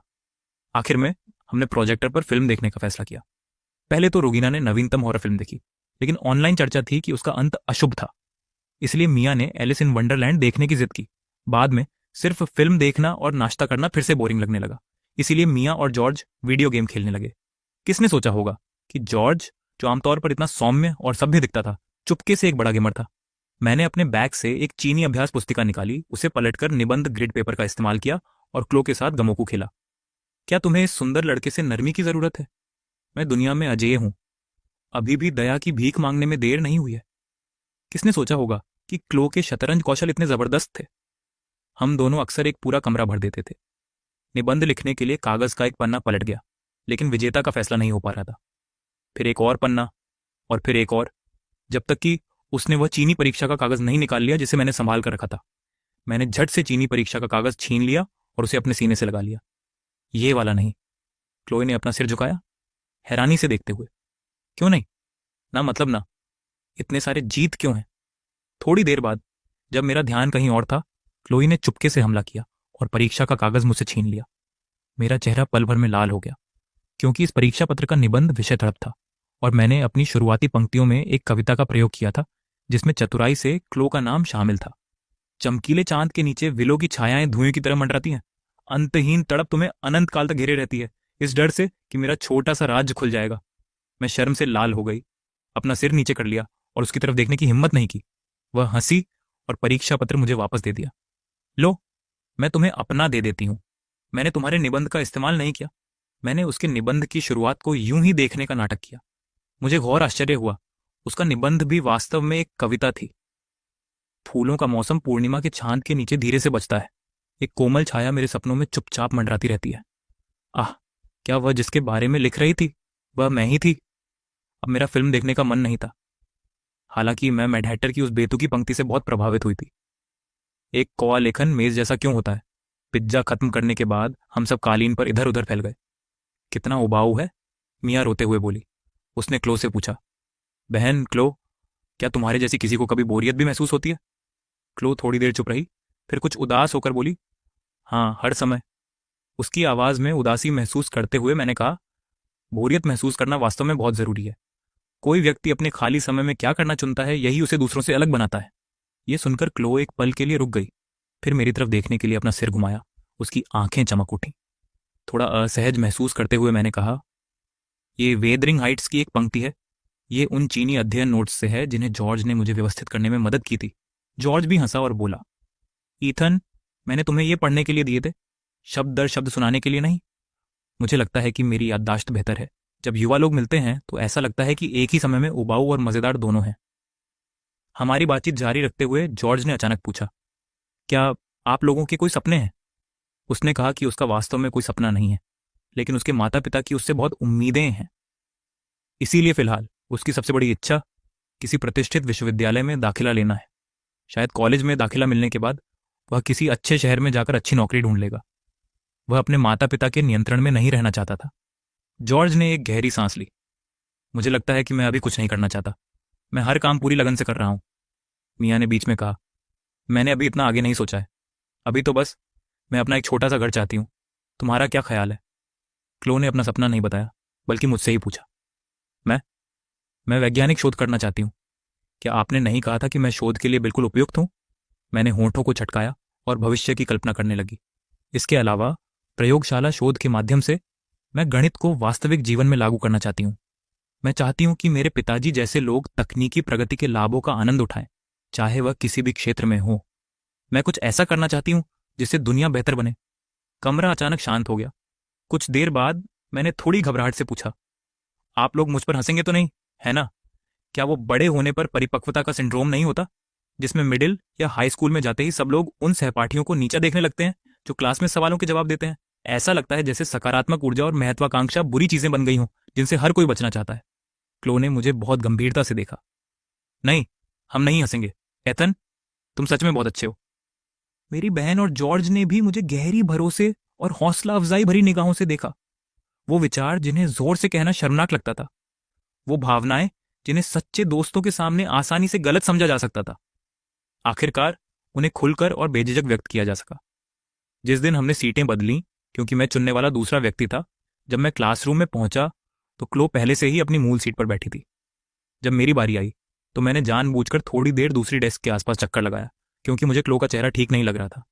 मैंने आज्ञाकारी होकर अपनी मूल सीट पर वापस बैठ गया। देखो, हेलो क्लोई, मैं अपना परिचय फिर से दे देता हूं। मैं एथन हूँ। जूनियर ईयर शुरू होने के बाद पढ़ाई का बोझ बढ़ गया और शाम को सेल्फ स्टडी सेशन शुरू हो गए। स्कूल के बाद हर दिन क्लोई के साथ घर जाना सड़क पर चलते हुए घर जाते समय अकेलेपन को काफी हद तक कम कर देता था। कभी कभी चांद इतना विशाल और चमकीला होता था मानो हमारे सिर के ठीक ऊपर हो, बस हाथ बढ़ाकर उसे छू सकते हो। चांदनी इतनी साफ थी और क्लोई और मेरी परछाइयां भी साफ होती जा रही थीं। मुझे अपने हाथ जेब में डालकर क्लोई से आगे चलना अच्छा लगता था, ताकि जब भी मैं पीछे मुड़कर देखूं तो जमीन पर हमारी परछाइयां दिखें। ऐसा लगता था जैसे वह मेरा हाथ पकड़े हुए हो। एक बेहद आरामदायक लेकिन अवास्तविक दृश्य जो एक किशोर लड़के के सपने को साकार कर सकता था। जब चांद नहीं होता था तो तारे हमेशा चमकते रहते थे, लेकिन परछाइयां न होने के कारण मैं थोड़ा उदास महसूस करता था। क्लोई ने मेरी पीठ थपथपाई। एथन, देखो तारों भरी रात कितनी खूबसूरत है। तुम्हारा चेहरा इतना लंबा क्यों है? सुंदर? बिल्कुल नहीं, ये तो बहुत ही विरल और बिखरा हुआ है। मेरे दादाजी के घर के रात के आकाश जितना सुंदर बिल्कुल नहीं। ठीक है, तो कॉलेज प्रवेश परीक्षा के बाद मुझे उसे दिखाने ले चलो। जरूर। क्या ये वादा है? तभी मेरे दिल में एक अवर्णनीय खुशी उमड़ पड़ी। क्लो मुस्कुराई, फिर अचानक मुझसे एक अजीब सा सवाल पूछा। अगर कोई मछली समुद्र में खड़ी हो जाए तो क्या उसके पैरों में दर्द होगा? क्या मछलियों के पैर होते भी हैं? वह मुस्कुराई, मेरे बालों को सहलाया और खिलखिलाते हुए बोली, कुछ नहीं, जल्दी घर चलो। उस दिन क्लो का जन्मदिन था। ब्रेक के दौरान मैंने उसे यह भी कहा, हमें आज रात जल्दी घर जाना चाहिए। मेरी माँ ने खास तौर पर वे तले हुए भरवां बैंगन बनाए थे जो तुम्हें बहुत पसंद है। फिर भी दोपहर के पहले पीरियड में मुझे टीचर ने बुलाया। टीचर का चेहरा एकदम गंभीर था। उनका मुंह खुलता बंद होता रहा, लेकिन मुझे सिर्फ उनका पहला वाक्य याद रहा। तुम्हारे पापा का एक्सीडेंट हो गया। निर्माण कार्य के भुगतान में देरी हो रही थी। मेरे पापा अपने साथी मजदूरों के साथ कंपनी गए और भुगतान की मांग की। प्रभारी ने भुगतान करने से पहले उनसे एक आखिरी ऊंचाई वाला काम पूरा करने की मांग की। फिर मेरे पिताजी मचान से गिर गए। उन्हें गहन चिकित्सा इकाई में भर्ती कराया गया था और अस्पताल ने 2 बार उनकी हालत गंभीर होने की सूचना जारी कर दी थी। अस्पताल में लगातार खून से लथपथ मरीजों को लाया जा रहा था, जिससे वहां शोरगुल और अफरा तफरी मची हुई थी। मेरी माँ की बेबस सिसकियां, कीटाणुनाशक की गंध और खून की धातु जैसी गंध का मिश्रण, गंधों का एक सचमुच जहरीला मिश्रण था। जब मैं अस्पताल पहुंचा तब तक मेरे पिताजी को ऑपरेशन कक्ष में ले जाया जा चुका था। मैं रो नहीं सका। मेरा दिमाग पूरी तरह सुन्न हो गया था। जैसे ही मैंने निष्क्रियता की स्थिति में सब कुछ स्वीकार किया, सर्जरी और पैर काटने की आवश्यकता थी, जिसके लिए बहुत अधिक धन की आवश्यकता थी। मैं कल्पना भी नहीं कर सकता था कि मेरे पिताजी, जो इतने सक्रिय रहना पसंद करते थे, एक पैर खोने के बाद कैसे जिएंगे। इस समय सबसे जरूरी चीज पैसा था। अपनी सारी बचत खर्च करने और हर रिश्तेदार से उधार लेने के बाद भी हम सर्जरी के खर्चों के लिए पर्याप्त धन इकट्ठा नहीं कर पाए थे। बड़े भाई, आप कहाँ जा रहे हैं? मियाँ ने हमारी माँ को पकड़ रखा था, जो सदमे से बेहोश हो चुकी थी। मुझे पता भी नहीं चला था कि मेरी छोटी बहन माँ को अपनी बाहों में उठाने में सक्षम हो गई थी। मैं हांगियन ग्रुप गया, वह कंपनी जिसने मजदूरों को निर्माण कार्य का भुगतान नहीं किया था। मेरे पिताजी को इस समय पैसों की सख्त जरूरत थी। महोदय, मैं आपसे विनती करता हूं, कृपया मुझे अंदर जाने दीजिए। मेरे पिताजी अस्पताल में इस पैसे का इंतजार कर रहे हैं ताकि उनकी जान बच सके। मैंने अपनी सारी इज्जत ताक पर रखकर काउंटर के सामने घुटने टेक दिए, लेकिन फिर भी मुझे ऑफिस से बाहर निकाल दिया गया। बेबसी और निराशा ने मुझे इस कदर घेर लिया कि मुझे रास्ता भी दिखाई नहीं दे रहा था। आगे बढ़ते हुए अचानक मुझे एक जानी पहचानी आवाज सुनाई दी। क्लोई ने अपनी आवाज दबाते हुए कहा, तुम पहले वापस जाओ, मैं मुआवजे और निर्माण भुगतान का इंतजाम कर लूंगी। मैंने अपने आंसू पोंछे और उसे दफ्तर की इमारत से बाहर जाते देखा। मैं सोच ही रही थी कि क्या वह न्याय की मांग में मेरी मदद करने के लिए जल्दी आ गई है। तभी मुझे एक पेशेवर महिला, जो किसी सेक्रेटरी जैसी लग रही थी, की आवाज सुनाई दी, मैडम, समय हो गया है, बॉस अभी भी ऊपर आपका इंतजार कर रहे हैं। तभी मुझे देर से एहसास हुआ कि हनियन ग्रुप के सीईओ का नाम भी क्लोई के परिवार के नाम जैसा ही था। सर्जरी सुचारू रूप से हो गई। फिर भी हमारा पूरा परिवार शोक में डूबा रहा। हम सब जानते थे कि मेरे पिताजी इस समय सबसे ज्यादा दुखी थे। फिर भी उन्होंने हमें दिलासा देते हुए कहा कि भले ही उन्होंने एक पैर खो दिया, लेकिन कम से कम उनकी जान तो बच गई। ये शब्द सुनकर मेरी माँ खुद को रोक नहीं पाई और पीठ फेरकर फूट फूट कर रोने लगी। मेरी बहन अचानक बहुत समझदार और परिपक्व हो गई। जब भी हमें क्लास या स्कूल के बाद खाली समय मिलता, हम बारी बारी से पिताजी की देखभाल करते। इस दुख को सहने में समय लगता है, बहुत बहुत लंबा समय। उसके बाद के दिन तेजी से बीत गए।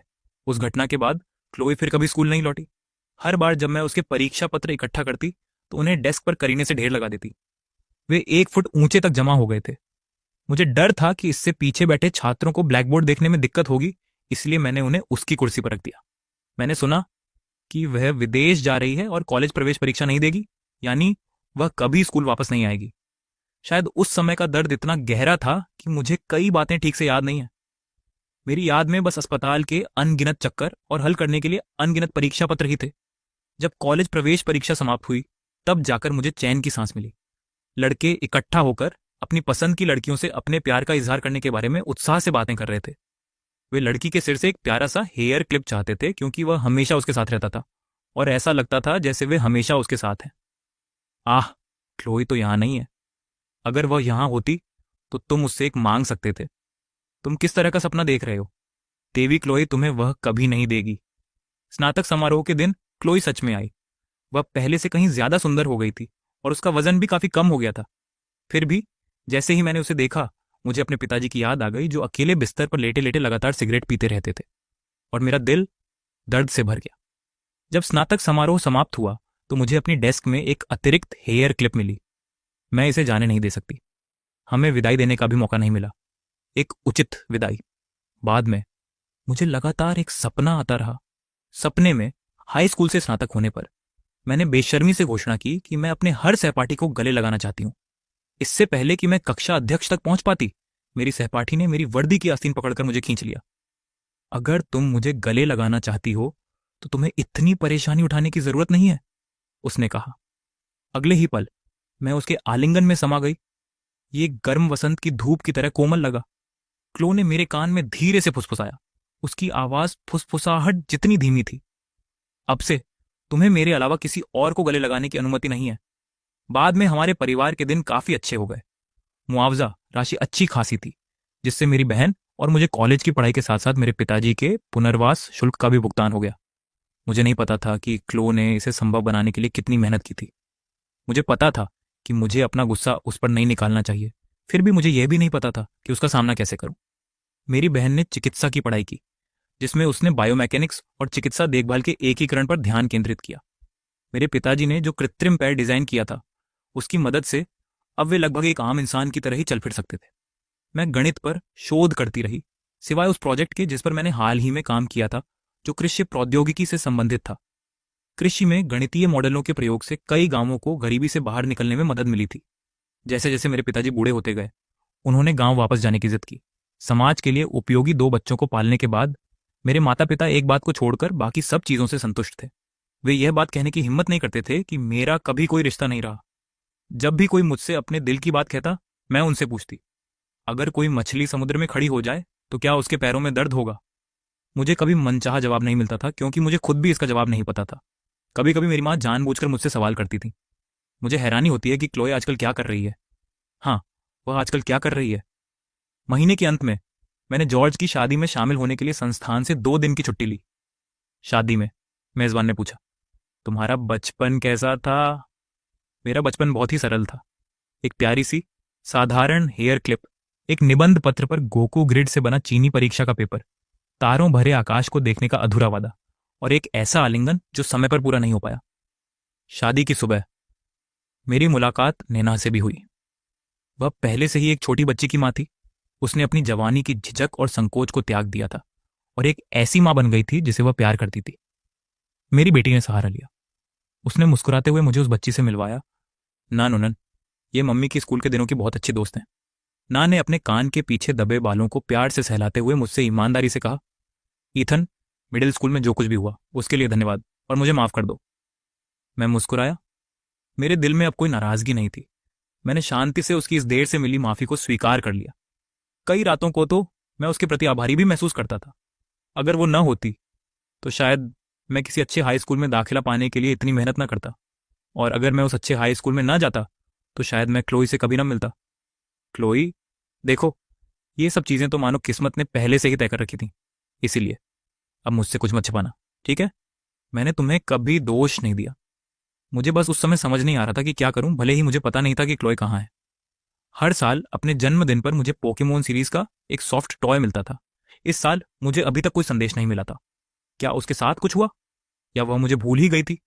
सड़क पर चलते हुए मैं थोड़ा भ्रमित महसूस कर रहा था और अचानक मेरा पैर फिसल गया। तभी किसी ने मेरी कमर पकड़ ली। वह एक व्यक्ति था जिसने पिकाचू मैस्कॉट का सूट पहना हुआ था, मेरा सबसे पसंदीदा खिलौना। मेरी आंखों में तुरंत आंसू आ गए। कांपते हाथों से मैंने मैस्कॉट का सिर ढकने वाला कपड़ा उतारा और आखिरकार उस व्यक्ति को देखा जिसका मुझे लंबे समय से इंतजार था।